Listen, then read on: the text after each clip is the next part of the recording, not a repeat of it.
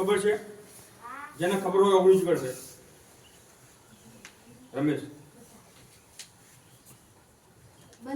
બંધારણ દિવસ, બરાબર. આજે 26 નવેમ્બર 1949 આ દિવસને આપણે દર વર્ષે બંધારણ દિવસ તરીકે ઉજવીએ છીએ. તો આજે બંધારણ વિશેની તમને થોડીક માહિતી આપું તો આપણું જે બંધારણ છે એ વિશ્વનું સૌથી મોટું લેખિત બંધારણ છે. વિશ્વનું સૌથી મોટું લેખિત બંધારણ ભારતનું છે, જેની શરૂઆત આમુખથી થાય છે. અને આમુખ એટલે પ્રસ્તાવના, બરાબર. તો આ બંધારણ ઘડવામાં 2 વર્ષ 11 માસ અને 18 દિવસનો સમય લાગ્યો હતો. બંધારણ ઘડવાની શરૂઆત થઈ હતી 9 ડિસેમ્બર 1946. ક્યારે થઈ હતી? 9 ડિસેમ્બર 1946. અને બંધારણ ક્યારે ઘડાયું? તો 26 નવેમ્બર 1949. એટલે આ વચ્ચેનો જે સમયગાળો છે એ 2 વર્ષ 11 માસ અને 18 દિવસનો સમયગાળો. એટલે આપણા બંધારણને ઘડવામાં 2 વર્ષ 11 માસ અને 18 દિવસનો સમય લાગ્યો હતો. ભારતનું સૌથી મોટું આ આપણે ગણીએ તો ભારત આપણો જે દેશ છે એ લોકશાહી દેશ છે. કેવો છે? લોકશાહી. અને બંધારણનો અર્થ સમજીએ તો કોઈ પણ દેશનું શાસન વ્યવસ્થિત ચલાવવા માટે જે નીતિ નિયમો ઘડવામાં આવે છે એને બંધારણ કહેવામાં આવે છે.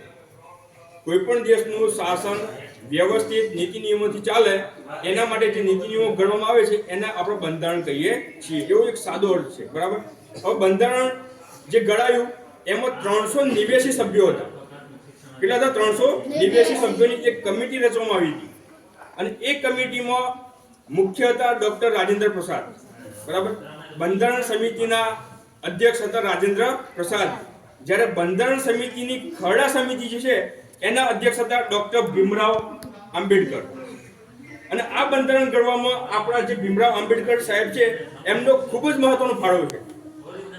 એ સિવાય આપણે જોઈએ તો એ બંધારણ સમિતિમાં કેટલાક સભ્યો હતા, જેમાં ડોક્ટર રાજેન્દ્ર પ્રસાદ, જવાહરલાલ નહેરુ, કનૈયાલાલ મુનશી, પછી સરોજિની નાયડુ, વિજયલક્ષ્મી પંડિત, આવા ઘણા બધા 389 સભ્યો હતા. તો આ 389 સભ્યો મળી અને 2 વર્ષ 11 માસ અને 18 દિવસમાં આપણા બંધારણની રચના કરી હતી. અત્યારે દરેક વ્યક્તિને આપણા બંધારણના નીતિ નિયમો લાગુ પડે છે. બંધારણ એ સર્વોચ્ચ છે, બરાબર. આપણા દેશના રાષ્ટ્રપતિ હોય, આપણા દેશના વડાપ્રધાન હોય, મુખ્યમંત્રી હોય કે એક સામાન્ય નાગરિક હોય, દરેકને બંધારણના કાયદા કાનૂન લાગુ પડે છે. એટલે આપણા દેશને વ્યવસ્થિત ચલાવવા માટે બંધારણની રચના કરવામાં આવી હતી. અને આજે આપણે બંધારણ દિવસ તરીકે ઉજવીએ છીએ. તો સર્વ ભારતીયોને બંધારણ દિવસની ખૂબ ખૂબ હાર્દિક શુભકામનાઓ. હવે આપણે જે છે એ પ્રસ્તાવનાનું વાંચન કરીશું. બંધારણની જે પ્રસ્તાવના છે, બરાબર, એનું વાંચન કરું છું, તમે સાથે સાંભળજો.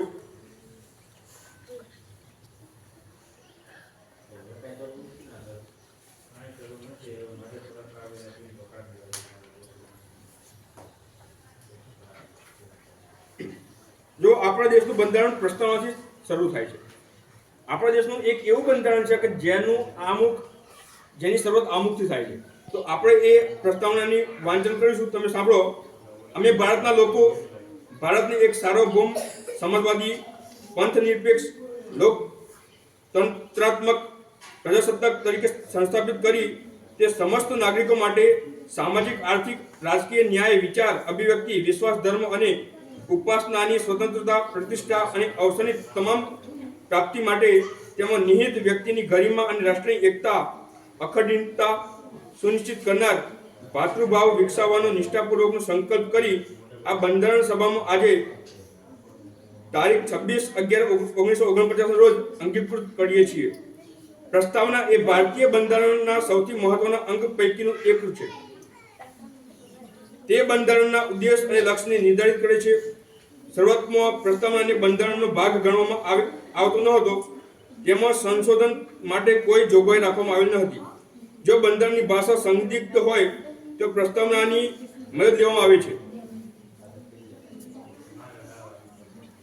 ન્યાયાલયના ચુકાદા બાદ પ્રસ્તાવનાને બંધારણનો ભાગ ગણવો કે કેમ તેનો વિવેચનો ઉકેલ આવી ગયો હતો.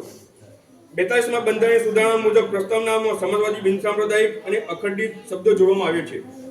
પ્રસ્તાવના એ બંધારણ સમજવા માટે તેના સ્પષ્ટીકરણ માટેની અગત્યની ચાવી છે. પ્રસ્તાવનાને બંધારણનો આત્મા પણ કહ્યો છે. તેની પ્રાથમિક ઉપયોગિતા એ છે કે બંધારણની જોગવાઈઓની અસ્પષ્ટતાની સ્થિતિમાં ન્યાયપાલિકાને માર્ગદર્શક સ્વરૂપે સહાયતા કરે છે. તો આ જે હતી એ આપણા બંધારણની પ્રસ્તાવના હતી અને આપણું બંધારણ કેવું છે કે જેની શરૂઆત પ્રસ્તાવનાથી થતી હતી. એટલા માટે આપણે આ દિવસને દર વર્ષે આપણે બંધારણ દિવસ તરીકે ઉજવીએ છીએ.